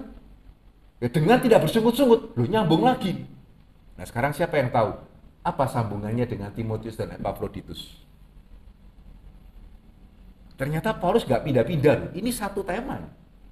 Ya rendah hati seperti Kristus, tidak menganggap kesetaraan dengan Allah sebagai milik yang harus dipertahankan. Sehingga kerjakan keselamatan tanpa bersungut-sungut, nyambung. Loh, tapi kok tiba-tiba Timotius, Pak? Habis Timotius kok Epafroditus? Ya, biasanya kan ini muncul di akhir surat ya, salam dari Timotius, salam dari Epafroditus gitu ya. Kok ini muncul di tengah? Nyambungnya di mana? Nah, Paulus mau menunjukkan ini adalah contoh kesehatian. Sehati tidak berarti sejajar. Lihat persamaannya ya. Kristus setara dengan Bapa, ya rela merendahkan diri di bawah Bapa. Timotius, Epafroditus, ya sehati. Mereka melihat Tuhan pakai Paulus. Sehingga sehati bukan berarti Timotius mengatakan aku sehati dengan kamu Paulus, kamu juga mesti sehati dengan aku ya. Kita mesti rundingan mau kemana? Ya tidak. Timotius, Epafroditus menyadari ya bahwa Tuhan itu pakai Paulus. Sehingga mereka dengan sehati menopang Paulus. Di sini indahnya Paulus ya. Paulus juga dengan sehati memperlengkapi mereka. Sehingga kalau saudara membaca ya, Paulus memuji Timotius, Paulus memuji Epafroditus, persis kayak Bapa kan, meninggikan Kristus. Ya sehingga di dalam nama Kristus itu bertekuk lutut. Saudara kalau baca Timotius dan Epafroditus ya, saudara menemukan Paulus puji mereka. Ya orang-orang seperti ini harus dihormati ya. Epafroditus itu hampir mati ya gara-gara memperjuangkan kamu. Kamu mesti menghormati dia. Luar biasa ini. Ya seperti Kristus, seperti Bapak juga bagaimana Kristus itu harus dihormati. Ini bagus loh sehati ya. Yang di bawah nggak usah berusaha untuk menggulingkan yang di atas. Yang di atas yoiling. Gitu ya. Jangan kemudian yang celaka ya. Yang di bawah berusaha naik ke atas. Yang di atas, ya kalau sudah dapat berkat, disimpan semua, bawah nggak diomani gitu ya. Karena kan dapatnya saya kan gembalanya gitu ya. Enggak loh. Nah ini namanya sehati. Lebih konkret kan? Betul ya? Ya sehingga sehati sepikir ya tergantung. Ya, sehingga kalau saya selalu ngomong sama mahasiswa ya, masih baru lulus, ya jangan kritik-kritik gembala lah. Gitu ya. Ya belum waktunya gitu. Tapi kalau kita sudah jadi gembala ya meskipun ini baru lulus, ya jangan kemudian selama jemaat menghargai saya. Tidak apa-apa mereka tidak menghargai. Kan memang dia baru lulus, perlu dihina-hina dulu. Ya celaka itu namanya gitu ya. Berarti ya tidak sehati. Saudara lihat, nah ini namanya alur. Ya, sehingga ketika saudara membaca sesuai alur saudara, lebih konkret. Ya ini ya, sehingga belajar Alkitab itu bukan hanya untuk lebih pinter, enggak, lebih konkret. Ya sehingga oh ya gini ya bisa dijalankan kan. Siapa di sini pelayanan semuanya sejajar? Ya enggak dong, ada lebih senior, ada lebih junior. Gitu ya. Tapi ya enggak masalah. Selama kita sehati, tahu tempat kita itu di mana. Sehingga lihat ya, kelihatan di awal ini ngomong rendah hati kok Kristus kerjakan keselamatanmu. Timotius, Epafroditus ternyata nyambung. Kayak tadi saya kasih contoh itu. Orang tulis surat kepada papa mamanya. Nah ini mesti dibiasakan. Gitu ya. Jadi biasakan ya. Saudara kalau mau mengkhotbahkan satu perikop, biasakan lihat atasnya, biasakan lihat bawahnya. Jangan saya kan cuma diminta khotbah dari keutamaan Kristus yang rendah hati ya. Filipi 2 ayat yang ke-5 sampai 11. Ya sudah saya baca itu tok. Ya mungkin nggak salah. Ya kita mesti seperti Yesus, mesti rendah hati, ya sehingga jemaat amin, tapi konkretnya gimana Pak? Rendah hati konkretnya gimana? Ya, sehingga demikian juga ya, Allah Bapa meninggikan dia, oh ya haleluya, puji Tuhan Yesus ditinggikan. Tapi terus buat saya itu aplikasinya apa Pak? Seringkali kita gitu ya. Kenapa? Karena kita hanya tahu what. Jadi kita tahu ya, Kristus ya dalam rupa Allah mengosongkan diri menjadi manusia. Terus kita tahu Allah membangkitkan dia dari antara orang mati, mendudukkan dia di atas. Kita tahu what-nya, kita tidak tahu why-nya. Kenapa tidak tahu why-nya? Karena kita nggak tahu latar belakang.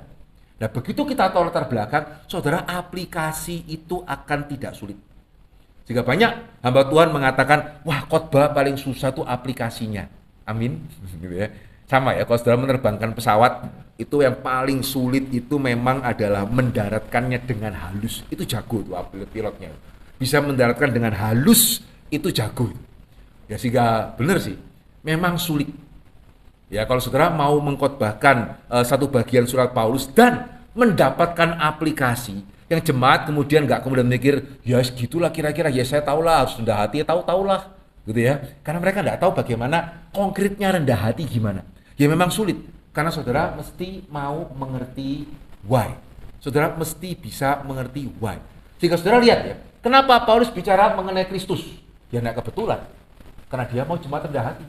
Kenapa Paulus berbicara mengenai kerjakan keselamatanmu? Ya bukan kebetulan, ya karena Paulus mau jemaat rendah hati. Kenapa Paulus bicara mengenai Timotius dan Epafroditus? Ya supaya sama. Ya sehingga saudara kalau membaca surat Filipi ya, saudara akan, kalau saudara mau membaca sambil tadi ya, tahu latar belakang. Nah kembali ke latar belakang. Jemaat Filipi itu menurut saudara masalahnya di mana? Jemaat Filipi itu jemaat yang baik atau tidak baik? Baik. Ya, Filipi jemaat yang baik. Sayangnya ya ini juga ya, mau hamba Tuhan yang baik ya bisa geger. Gitu ya, bisa. Coba lihat Filipi pasal yang keempat, ayat yang kedua dan ketiga. Ya, coba saya bacakan aja ya. Filipi pasal 4, ayat yang kedua dan ayat yang ketiga. Apa bunyinya? Eudia ku nasihati, Sintike ku nasihati. Berarti supaya sehati sepikir dalam Tuhan. Berarti si Eudia dan Sintike ini enggak sehati sepikir. Ya, sambungannya dengan yang tadi. Lihat ya. Bahkan ku minta juga kepadamu Sunzugos temanku yang setia, tolonglah mereka. Mereka telah berjuang dengan aku dalam pekabaran Injil bersama-sama dengan Clemens. Jika menurut saudara Eudia dan Syntyche ini cocoknya apa ya? Jemaat biasa, pengurus, penatua, hamba Tuhan, penginjil, pendeta, atau apa ini? Ya, level apa ini? Level lumayan loh, gitu ya. Mereka sudah berjuang, berarti bukan cuma sekedar asyir kolektan gitu ya. Ya mereka telah berjuang dengan aku dalam pekabaran ini. Ya bisa geger, bisa. Ya, sehingga itu kenapa? Nah, saudara tahu baik. Ya, sehingga kenapa Paulus banyak berbicara mengenai kesehatian? Karena ternyata jemaat Filipi itu jemaat yang baik, jemaat yang cinta Tuhan. Tapi seringkali ya karena sama-sama cinta Tuhan, mempunyai hasrat untuk memajukan pekerjaan Tuhan, gesek. Gitu ya, gesek. Ya sehingga itu kenapa Paulus perlu berbicara mengenai rendah hati Kristus yang tidak memandang kesetaraannya sebagai milik harus dipertahankan, kerjakan keselamatanmu tanpa bersungut-sungut. Timotius yang rela mendukung Paulus, Epafroditus yang rela mendukung Paulus, sementara Paulus juga mengangkat mereka sama seperti bapa itu mengangkat anaknya. Ya sehingga itu why. Ya, jadi betul sih memang ya. Kenapa mendaratkan itu sulit? Karena untuk mendaratkan, saudara tidak cukup cuma tahu Paulus ngomong apa ini. Ya saudara tinggal baca sih. Ya, Paulus ngomong apa mengenai Timotius? Ya baca aja. Paulus ngomong apa mengenai Epafroditus? Ya baca aja. Ya tinggal baca. Itu sebetulnya ya jemaat juga bisa sih. Tapi kenapa? Kenapa kok tiba-tiba ngomong Timotius? Kenapa kok tiba-tiba ngomong Epafroditus? Nah ini perlu hamba Tuhan yang belajar. Gitu ya. Dan di situ ya ketika kita mendapatkan, nah aplikasinya akan menjadi lebih konkret. Sehingga ingat ya, ada alur sebagai sebuah surat. Sehingga saudara kalau dikasih satu perikop, ya pasti at least usahakan baca sedikit di atasnya, baca sedikit di bawahnya, lihat ini kira-kira sambungannya di mana ini. Gitu ya. Kira-kira kaitannya apa ini? Ya bagian satu dengan bagian yang lain. Kenapa ya? Ini sangat penting ya. Karena yang ketiga, ini saya tidak punya waktu ya. Next. Coba. Ini tapi kita nggak bisa punya waktu membahas, mungkin lain kesempatan. Ya, teruskan. Sebetulnya surat Paulus ya, itu juga sama dengan surat hari ini, mempunyai bagian. Bagiannya pun sama, meskipun mungkin penataannya kurang satu nih. Penataannya tidak persis sama. Satu lagi, klik. Nah, ya, jadi ada hari ini ada penerima surat, ya, zaman Paulus juga ada. Ada salam pembuka, zaman Paulus juga ada. Ada bagian pembuka juga ada, isi juga ada, ya bagian utama surat, penutup juga ada, ya sampaikan salam dari ini dari itu gitu ya. Salam penutup ya juga ada, damai sejahtera dari Allah Bapa kepada Kristus. Kalau kita kan hormat kami gitu ya. Penulis surat juga ada. Jadi ya benar-benar seperti surat, ya benar-benar surat sih, bukan seperti surat ya. Ya memang surat. Cuman memang ada beberapa perbedaan. Kalau pada waktu ini, kalau sekarang kan penerima surat di atas ya, kepada yang terhormat siapa, baru kemudian hormat kami siapa. Nah pada waktu surat zaman itu dua-dua di tempat pertama. Cuman tergantung ya, ini tulis sama siapa. Kalau saya nulis surat sama anak saya, penerima surat duluan dari saya, dari papa, gitu ya. Tapi kalau anak saya nulis surat kepada saya, gitu ya, maka penerima surat duluan kepada papa. Jika Paulus setiap kali menulis surat selalu penulis duluan. Jika jemaat tahu ya, ini bukan surat dari tolong ya, kamu kalau bisa kerjakan ya yang saya tuliskan. Enggak, ini dari Rasul Paulus, Rasul Yesus Kristus kepada jemaat Korintus, kepada jemaat Filipi, kepada jemaat Kolose. Ya, jadi ini menunjukkan otoritas. Salam pembuka ya. Ya, salam dari tadi ya Allah Bapa dan Tuhan kami Yesus Kristus. Aku bersyukur, atau aku berdoa, atau tadi ya, aku ingin kamu tahu betapa besar penderitaanku di Asia kecil. Baru kemudian bagian surat. Ya, ini yang seringkali seringkali kita hanya memperhatikan yang ini. Gitu ya, bagian doktrinalnya di sini nih. Ya, saudara akan terbantu mengerti bagian utama kalau saudara sudah melihat dari atas. Karena ini terkait. Coba kita lihat contoh aja, karena kita tidak mungkin bisa bahas secara mendetil. Coba lihat ya, 1 Korintus. Kita lihat bagian pembukaan yang seringkali kita abaikan ya. Coba lihat 1 Korintus pasal yang pertama, ayat yang kedua. Coba lihat, menurut saudara ya, yang ditekankan tuh, saya kan baca. Saudara sambil mendengar, sambil memperhatikan bagian apa yang ditekankan dari ayat ini kepada jemaat Allah di Korintus, yaitu mereka yang dikuduskan dalam Kristus Yesus, yang dipanggil menjadi orang-orang kudus, dan semua orang di segala tempat yang berseru kepada nama Tuhan kita Yesus Kristus, itu Tuhan mereka dan Tuhan kita. Yang ditekankan itu apa? Yang ditekankan apa? Kudus. Kenapa kok Paulus menekankan kudus? Siapa yang tahu? Jemaat surat Korintus. Kenapa Paulus menekankan kudus? Kenapa? Karena jemaat Korintus adalah jemaat yang paling perlu belajar mengenai kekudusan. Dan kebetulan, ini kita tidak menyangka ya. Ternyata bukan cuma kebetulan ya. Karena kalau sudah bandingkan, ya lihat ya, 1 Korintus pasal Galatia 1. Galatia 1 itu penerima suratnya di ayat keberapa itu? 2 ya.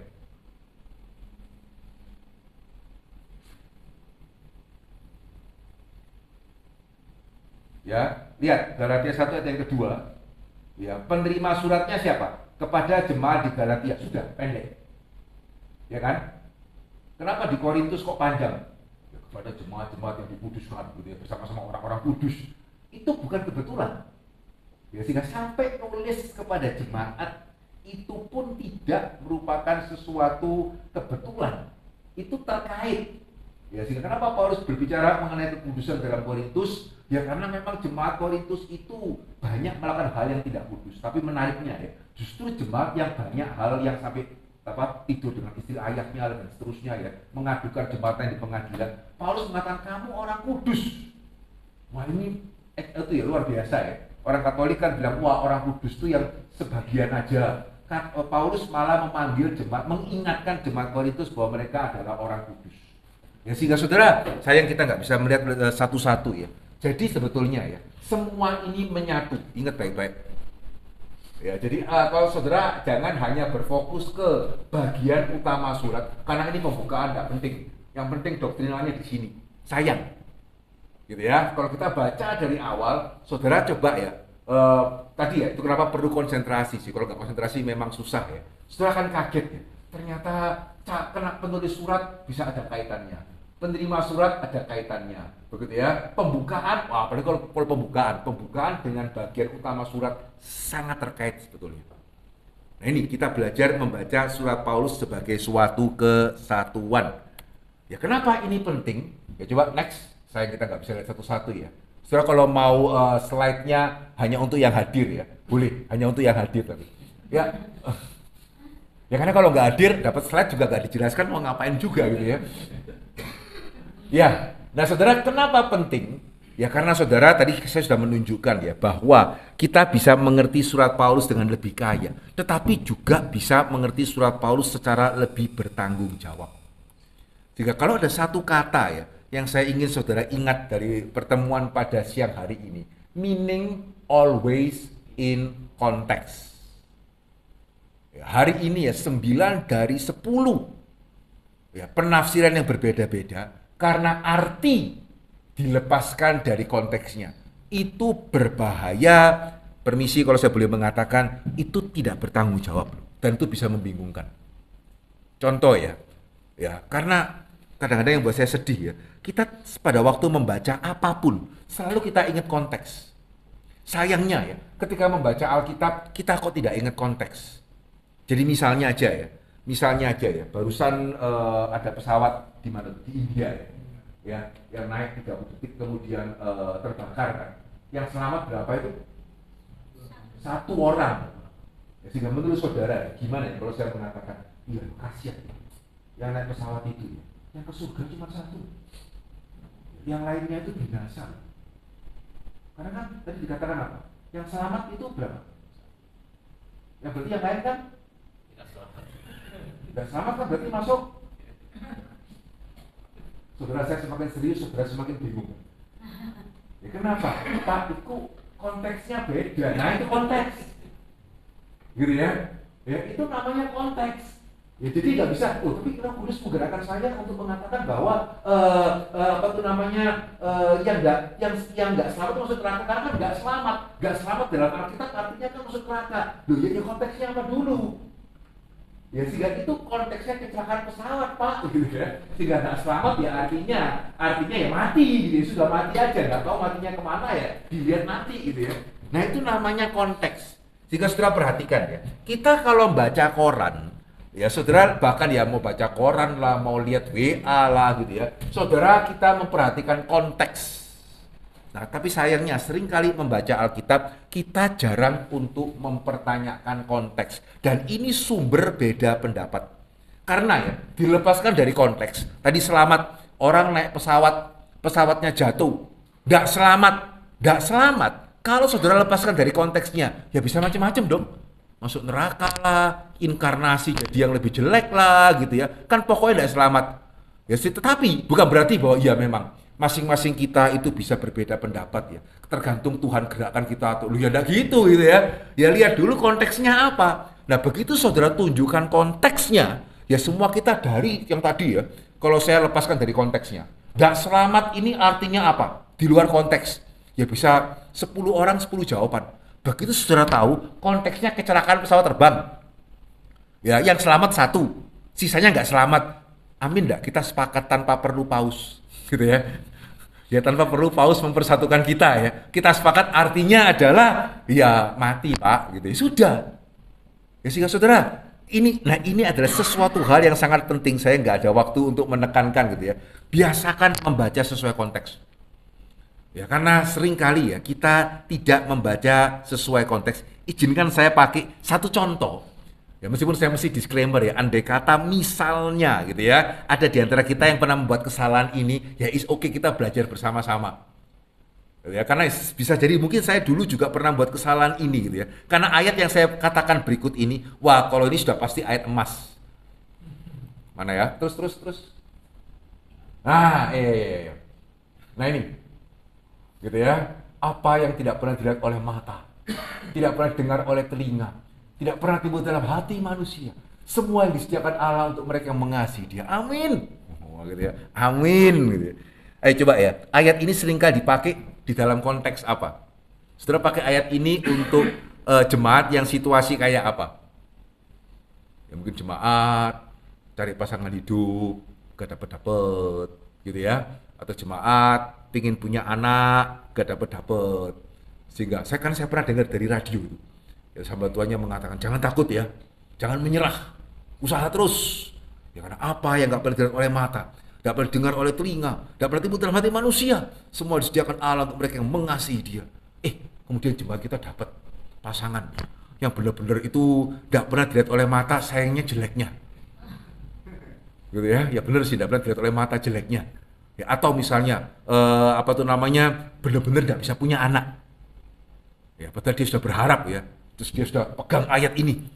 Ya, meskipun saya sudah nikah, ya belasan tahun nggak bisa punya anak, tapi memang apa yang nggak boleh dilihat oleh mata Tuhan akan sediakan bagi saya. Beneran nggak punya anak ini. Terus dia kecewa. Ayo sarannya siapa ini? Gitu ya, dia kecewa. Mana ini Tuhan? Janjinya kok begitu indah, realitanya kok nggak ada. Dapat suami kok beneran nggak pernah dilihat oleh mata jeleknya, gitu ya. Atau dapat istri kok kayak gini, atau tadi ya beneran nggak dapat anak, sudah ada bayi tabung juga gagal gitu ya. Di mana janji Tuhan? Nah, saudara, padahal sebetulnya ya kalau kita mengerti ayat ini sesuai konteksnya, ini adalah salah satu ayat yang paling menghibur karena ayat ini memberikan bukti bukan sekedar janji. Ya, sehingga kalau tadi kita melihat banyak orang Kristen malah gara-gara ayat ini kemudian meragukan Tuhan memberikan janji tanpa bukti. Itu kan, ini kita sekali lagi ya, kalau andai kata kita pernah ya kita refleksi sama-sama. Ya ternyata meaning always in context itu penting. Karena jika tidak maka ayat yang sebetulnya memberikan bukti loh ayat ini. Benar-benar memberikan bukti. Kalau tidak percaya coba kita lihat ya. 1 Korintus 2. Nah ini coba tadi saya mengatakan ya, baca sedikit atasnya, bawahnya. Gitu ya, saudara akan tahu konteksnya apa. Ya, 1 Korintus pasal yang kedua.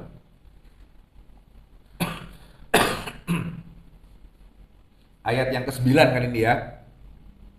Coba sedikit kita lihat atasnya, mulai ayat yang ke-6 aja.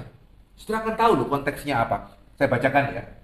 Sungguh pun demikian, kami memberitakan hikmat di kalangan mereka yang telah matang, yaitu hikmat yang bukan berasal dari dunia ini, yang bukan berasal dari penguasa-penguasa dunia ini, yaitu penguasa-penguasa yang akan ditiadakan. Tetapi yang kami beritakan ialah hikmat Allah yang tersembunyi dan rahasia, yang sebelum dunia dijadikan telah disediakan Allah bagi kemuliaan kita. Tidak ada dari penguasa dunia ini yang mengenalnya. Sebab jikalau mereka mengenalnya, mereka tidak menyalibkan Tuhan yang mulia. Tetapi seperti ada tertulis, ini nyambung. Ya, apa yang tidak pernah dilihat oleh mata, tidak pernah didengar oleh telinga, tidak pernah timbul dalam hati manusia, semua yang disediakan Allah untuk mereka yang mengasihi Dia. Karena kepada kita, Allah telah menyatakannya oleh Roh. Sebab Roh menyelidiki segala sesuatu, bahkan hal-hal yang tersembunyi dalam diri Allah. Bicara mengenai hikmat, yaitu siapa hikmatnya? Yesus yang disalib. Tidak kalau misalnya ya tadi jemaat kita kemudian kecewa ya, dan pada waktu dia dipanggil Tuhan, dia menggugah Tuhan, mana buktinya Tuhan? Katanya kamu memberi apa yang tidak pernah dilihat oleh mata. Lah kok suamiku, aku tidak punya anak, suamiku seperti itu.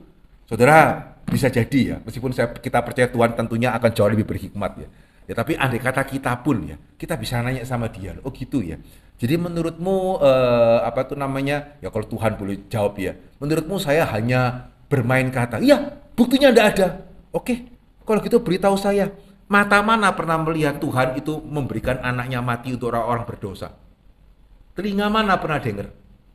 Buku mana? Primbon mana? Pernah nulis? Ya Allah memberikan anaknya untuk mati bagi jemaatnya, yang sudah diberikan pun masih ngomong tidak ada bukti. Ada nggak?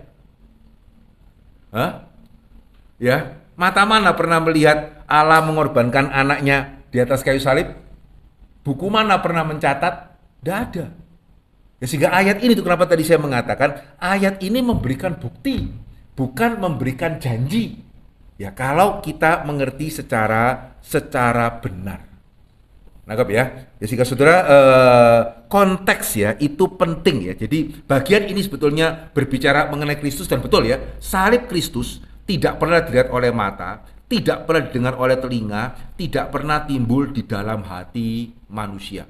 Ya manusia tidak pernah terpikir ya ada Allah yang mau menyerahkan anaknya untuk menyelamatkan orang yang berdosa.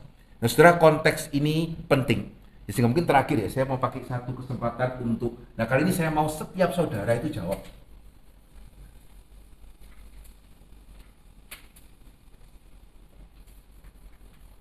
Harap ya, tidak keberatan untuk menjawab ya. Pertanyaannya tidak rumit, saudara pasti tahu Immanuel. Saudara juga pasti tahu Immanuel artinya adalah Allah beserta kita. Nah sekarang saya tanya, menurut saudara Allah beserta kita itu konkretnya gimana? Ya, coba ya, satu-satu ya. Mau mulai dari mana ini?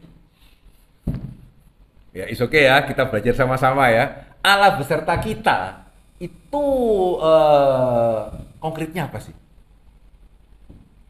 Mau urut atau acak atau gimana?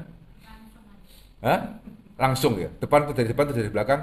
Dari depan ya? Oh, bukan saya yang minta loh Pak Cekron ya. Pak Cekron, kalau saya tanya ya, Allah menyertai kita itu maksudnya apa sih? Yang terpikir langsung adalah melalui Yesus Kristus dia bersolidaritas bersama. Oh, mati bagi kita gitu ya. Oke, yang tadi ya, Allah menyerahkan putranya. Ya, Allah beserta kita berarti Yesus mati bagi kita. Oke. Bapak? Beserta kita, kalau menurut saya pribadi ya, itu terrefleksi dalam cara Tuhan menolong setiap apa yang kita alami dalam hidup kita. Oke, menolong sehari-hari. Ya. Oke, terima kasih. Wah, ini sudah dua nih jawabannya nih ya. Oke, ya. Saya mungkin harganya aja ya. Allah beserta kita berarti kemanapun dan dimanapun saya, Allah akan bersama saya. Oh, Allah melindungi. Oh, oke. Melindungi. Ya, inkarnasi. Oh, inkarnasi ya. Ini mati, ini inkarnasi ya. Oke. Kalau mau ada yang sama enggak apa-apa loh, enggak harus beda ya. Saya setuju dengan ini gitu ya. Saya kasih oke 2 orang gitu ya.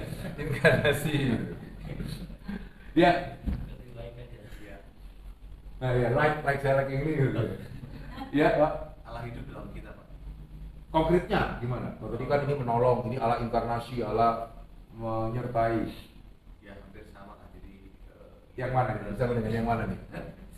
Yang mana nih? Mau yang mati bagi kita atau menolong sehari-hari atau melindungi atau inkarnasi? ya menurut sehari-hari. Oke, wah ini 2 nih ya. Oke, Ibu mau sama atau mau beda? Pertolongan Allah di dalam hidup saya begitu unik, menarik, dan sangat kreatif. Oke, wah ini ditulisnya apa nih ya? Menolong. Pertolongan yang menolong ya. Oh, tapi unik ya. Ini pertolongan yang unik. Unik, Ah. menarik, dan sangat kreatif. Waduh, ini pertolongan yang unik. Ya, kreatif gitu ya. Oke, menarik.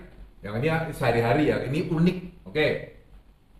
Ibu, Mujizatnya nyata dalam bentuk apa, Bu? dalam keseharian. Seharian. Oh, ini banyak nih ya. Sehari-hari ya. Coba ya. Bersama kita itu melindungi kita. Melindungi kita 2 orang. Oke. Bapak? Ah, Kalau jawaban saya 1 Korintus 3:16. apa itu, Pak? Tiadakah kamu ketahui kamu rumah Allah dan Roh Allah yang di dalam kamu. Oh, Roh Kudus tinggal di dalam kita. Oke. Wah, ini bagus ini ya. Oke. Ya. Allah berinkarnasi jadi manusia Ini 2. Oke. untuk menebus umat pilihan. Waduh, ini juga 2 ya. Oke, ya. Oke, enggak apa-apa. Ya, Pak Farlen. Saya Roh Kudus sama Firman, Pak. Oh. Wow, banyak ini firman. Oke, Allah menyertai kita, berarti Allah memberikan firman-Nya kepada kita. Roh Kudusnya 2 orang ya. Yang terakhir. Melindungi sama firman, Pak. Waduh, ini 2, ini 3. Oke, setelah semua pertanyaan, semua jawaban, terima kasih semua jawabannya. Pertanyaan saya berikutnya adalah, kira-kira jadi yang benar yang mana? Semuanya, Pak. Hah? Semuanya benar. Oke ya, semuanya benar. Nah ini nih, berarti apakah kayak tadi ya? Jadi mati itu artinya apa ya? Bisa mati, bisa masuk surga, bisa inkarnasi, bisa apa gitu ya. Nah karena tadi ya, kebingungan ini sebetulnya karena kita tidak melihat konteksnya. Cuman ini Injil. Injil itu lebih sulit karena lebih panjang. Gitu ya. Tapi sebetulnya ya, kalau kita mau berusaha sedikit, ada jawaban yang saya rasa bukan karena ya Bapak pengajarnya kami sepakat dengan Bapak. Saya rasa saudara bisa menemukan jawabannya sendiri yang ya Matius maksudkan ya. Saudara, Allah beserta, oh saya sudah kasih bocoran awal ya. Allah beserta kita itu munculnya di Matius, bukan di Lukas. Ya, Lukas itu ketemu sama Maria. Matius itu malaikatnya ketemu sama Yusuf. Nah ini pun kadang-kadang kita nggak merasa, oh pokoknya malaikat ketemu deh. Jadi misalnya ya, domba gembala itu munculnya Lukas sama Matius. Lukas. Oke. Terus kalau siapa ya? Herodes. Matius. Nah, gitu ya. Nah itu kadang-kadang kita nggak perlu, pokoknya Natal lah Pak. Gitu ya. Padahal sekali lagi ya, Injil itu pun harus dimengerti secara utuh. Sehingga Immanuel itu kan munculnya itu di cerita pertama Matius. Ya karena sebelumnya kan silsilah, ya kan. Cerita pertama setelah silsilah itu kan Yusuf yang mau menceraikan Maria gitu ya. Terus malaikat datang kemudian mengatakan Allah beserta kita. Coba ingat-ingat sedikit. Allah beserta kita. Allah menyertai. Itu di dalam Injil Matius. Muncul di mana lagi? Menyertai. Di 28 terakhir. Nah, jangan duga ya. Ini awal. Itu cerita terakhir. Ketahuilah aku menyertai kamu selama-lamanya. Ya, ini di awal, ini di akhir. Yang mengatakan siapa? Yesus kan. Menggenapi kan? Gitu ya, di awal Ya, malaikat mengatakan Allah akan Immanuel, Allah menyertai kamu, artinya Allah beserta kita. Di akhir Yesus mengatakan, aku menyertai kamu selama-lamanya. Menyertai dalam pengertian apa di sini? Kalau di akhir Injil Matius, Yesus menyertai dalam kaitan dengan mandat agung. Nah, menariknya ini tidak keluar jawabannya nih. Gitu ya. Jadi seharusnya Allah beserta kita dalam pengertian apa? Ya kita berbagian di dalam mandat agung. Ya, dan Tuhan akan beserta dengan kita. Ya, itu. Begitu ya. Sehingga ini bukan kebetulan. Oh, jangan menurut Bapak loh, enggak. Masa kebetulan ini paling awal ngomongnya beserta, akhir menyertai. Dan coba lihat ya, secara konsisten. Kalau misalnya ya, Allah itu menyertai kita dengan melindungi kita, berarti yang nggak dilindungi itu nggak apa tuh namanya, nggak disertai Tuhan. Ya berarti yang kena COVID sembuh misalnya disertai, yang kena COVID meninggal apakah nggak disertai? Ya nggak juga sih. Tetapi ya ini heran ya, fakta sampai hari ini ya Injil belum pernah kemudian itu bahkan merosot. Ya ini benar, ini terjadi. Jika pada waktu kita terlibat di dalam penginjilan, bahkan kita mati pun darah kaum martir itu adalah benih Injil. Konsisten. Ya sehingga loh, berarti kalau mati nggak disertai Tuhan. Kalau penginjilan misionaris mati nggak disertai Tuhan. Loh ya enggak. Ya misionaris mati pun ya, itu adalah benih Injil. Faktanya begitu. Gitu ya, di Batak lah, di Korea lah gitu ya. Faktanya seperti itu. Sehingga lihat ya, begitu kita tahu tafsirannya ternyata nggak banyak. Bukan berarti ya saudara kalau dilindungi nggak disertai Tuhan. Bukan berarti seperti itu sih. Cuma dalam konteks Matius, nah ini konteks. Dalam konteks Matius, beserta kita adalah jangan dilepaskan juga. Kalau kita lepaskan, akhirnya jemaat pelayanan nggak maunya dilindungi terus, gitu ya. Minta didoakan, ya minta dilindungi, tapi suruh terlibat paling banter asyir kolektan. Ya gimana? Ya mau minta berkat Tuhan, mau minta perlindungan Tuhan, tetapi urusan Tuhan. Ini kan agak kalau orang Tionghoa mengatakan bucingli ya. Urusanmu, urusanku gitu. Ya, jadi masalah penginjilan urusan Tuhan, urusan hamba Tuhan, saya tidak mau tahu. Tapi kalau saya dilindungi, hamba Tuhan mesti doakan saya ya besuk saya ya, supaya saya sembuh ya. Ya ini akhirnya. Ya terus kalau misalnya sakit nggak sembuh, wah bohong, gitu ya. Katanya Immanuel Allah beserta saya ya, kok saya sakit nggak sembuh gitu ya. Loh ya tidak gitu konteksnya. Ya sehingga lihat ya bahaya. Ya kita menafsirkan di luar konteks itu ya. Itu kadang-kadang bisa berisiko. Sehingga ingat baik-baik ya, meaning always in context. Ya di dalam surat begitu, di dalam Injil begitu. Ini contohnya banyak. Cuma sayang kita nggak ada waktu untuk satu-satu. Harap dua contoh ini membuat saudara bisa ingat. Biasakan baca atas dan bawah. Bahkan ya, kalau ada kalau saya boleh simpulkan, bagaimana membaca surat next 4 ini ya. Ya kalau saya boleh simpulkan ya, untuk yang pertama dan kedua, saudara mesti mau mempelajari sebelum khotbah. Ya karena tidak mungkin ya, ketika saudara khotbah, wah saya khotbah dari Matius, saya baca mulai awal sampai terakhir, ya tidak bisa kerja yang lain. Gitu ya, tidak mungkin kerja yang lain. Ya sehingga next, ya bagian yang pertama, kenal latar belakang dan ikuti alur sebuah surat, next. Ya, ini mesti dipelajari sebelum persiapan khotbah. Ya salah satunya melalui seminar seperti ini dan ada buku pengantar. Nah saya mestikan ini buku pengantar Donald Guthrie, ya itu terbitan Momentum, itu sangat baik. Meskipun saya harus mengatakan ya membosankan. Kecuali saudara memang mengasihi Alkitab. Ya sama ya seperti saudara tadi, kenapa kok mau repot-repot cari tahu si A makannya apa? Hanya kalau saudara mau mengasihi dia. Kalau enggak ya ngapain repot-repot dia mau makan apa, orang tuanya suka makan apa gitu ya. Ya sehingga kalau saudara tidak mengasihi yang bersangkutan, itu akan membosankan ya. Mamanya suka makan apa, papanya suka makan apa. Tapi kalau saudara mengasihi seseorang, ya itu adalah sesuatu hal yang saudara mau perjuangkan. Ya sehingga kalau saudara baru mencoba untuk iya itu misalnya tadi ya Matius, Immanuel, itu terdapat dalam Matius bagian mana? Kalau tadi kan karena kita sama-sama bahas gitu ya. Tapi kalau on the spot gitu ya, saudara mesti mengingat-ingat tanpa sebelumnya pernah mempelajari. Itu saya kok cukup yakin waktu kita tidak cukup ya, karena kan tidak mungkin ya. Di antara kita ada yang seminggu cuma tugasnya khotbah sekali gitu ya. Ya kan tugasnya banyak gitu. Jadi mesti dicicil loh saudara. Ya sehingga saudara dulu yang sekolah teologi sudah belajar mengenai pengantar, keluarkan lagi bukunya Dan harap dengan pembinaan siang ini saudara melihat, ternyata penting ya. Karena dulu mungkin pada waktu saudara belajar, ngapain ngomong tahun penulisan, ngapain belajar 2 Korintus ditulis di mana. Saya harap dengan hari ini kita bahas, bisa mempengaruhi pengertian. Ya sehingga memang mesti mau ambil waktu ya untuk kurang lebihnya Kolose keadaannya begini, kurang lebihnya Tesalonika keadaannya seperti ini. Kalau Ibrani seperti ini. Nah, ini mesti gitu ya dipelajari sebelum persiapan khotbah. Karena tidak mungkin waktu kita keburu kalau saudara baru baca bukunya begitu kita mau khotbah minggu depan. Nah, yang ketiga dan yang keempat ya boleh diulangi tadi. Kembali ke sebelumnya.